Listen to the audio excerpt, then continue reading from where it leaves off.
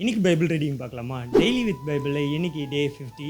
Myself Richard George Muller. இன்னைக்கு நம்ம படிக்க போகிற அதிகாரங்கள் புக் ஆஃப் நம்பர்ஸில் சாப்டர் 8, 9, 10 இந்த 3 அதிகாரங்களை வாசிக்கலாம். இந்த 3 அதிகாரங்களை என்னென்ன காரியங்கள் சொல்லப்பட்டிருக்கு அப்படின்றத நான் உங்களுக்கு அழகான நோட்ஸாக சொல்கிறேன். இந்த நோட்ஸை ஃபாலோ பண்ணி நீங்கள் ரீட் பண்ண ஆரம்பிங்க, உங்களுக்கு பிரயோஜனமாக இருக்கும். புக் ஆஃப் நம்பர்ஸில் சாப்டர் 8ல் குத்து விளக்கை ஏற்ற வேண்டிய முறையை குறித்தும், லேவியரை பரிசுத்தப்படுத்த வேண்டிய முறையை குறித்தும், லேவிய ஊழியத்தில் சேர வேண்டிய வயதும், அவங்க ரிட்டையர்ட் ஆக வேண்டிய வயது என்ன வயது அப்படின்றது குறித்தும் இந்த அதிகாரங்களில் சொல்லப்பட்டிருக்கு. புக் ஆஃப் நம்பர்ஸ்ல சாப்டர் 9ல பஸ்கா ஆசரிப்பை குறித்தும், அதை தொடர்ச்சியாக பஸ்கா 2வது ஆசரிப்பது எப்பன்றதை குறித்தும், மேகத்துன் இஸ்ரவேலரை வழி நடத்துகிறது அப்படின்ற காரியத்தை குறித்தும் இந்த அதிகாரங்களில் வாசிக்கலாம். இதை நீங்க வாசித்து பாருங்க, அழகா இருக்கும். இதை தொடர்ச்சியாக புக் ஆஃப் நம்பர்ஸ்ல சாப்டர் 10ல வெள்ளி எக்காலங்களின் பயனை குறித்தும், இஸ்ரவேலர் சீனாயில் இருந்து பாரான் பாலைவனத்திற்கு பிரயாணப்படுகிற காரியத்தையும், மோசையின் ஆசீர்வாதங்களை குறித்தும், பயணத்தின் தொடர்பை குறித்தும் இந்த அதிகாரங்களை நம்ம வாசிக்கலாம்.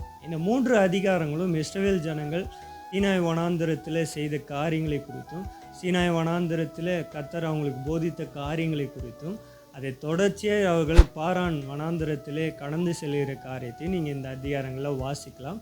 இது பிரயோஜனமாக இருக்கும். இதை வாசித்து முடிங்க. வாசித்து முடித்து உங்களுக்கு பிரயோஜனமாக இருந்துச்சுன்னா உங்கள் ஃபேமிலி மெம்பர்ஸ் ஷேர் பண்ணுங்கள். அப்படியே கீழே வந்து பிரயோஜனமாக இருந்தது கமெண்ட் பண்ணுங்கள். இந்த வருஷத்துக்குள்ளே வேதாகமத்தை முடிக்க ஒரு பிளானோடு நம்ம வீடியோவை பார்த்துட்ருக்கோம், செய்துட்ருக்கோம். உங்களுக்கு ஆசீர்வாதமாக இருக்கும்னு நம்புகிறேன். அடுத்த வீடியோவில் சந்திக்கலாம்.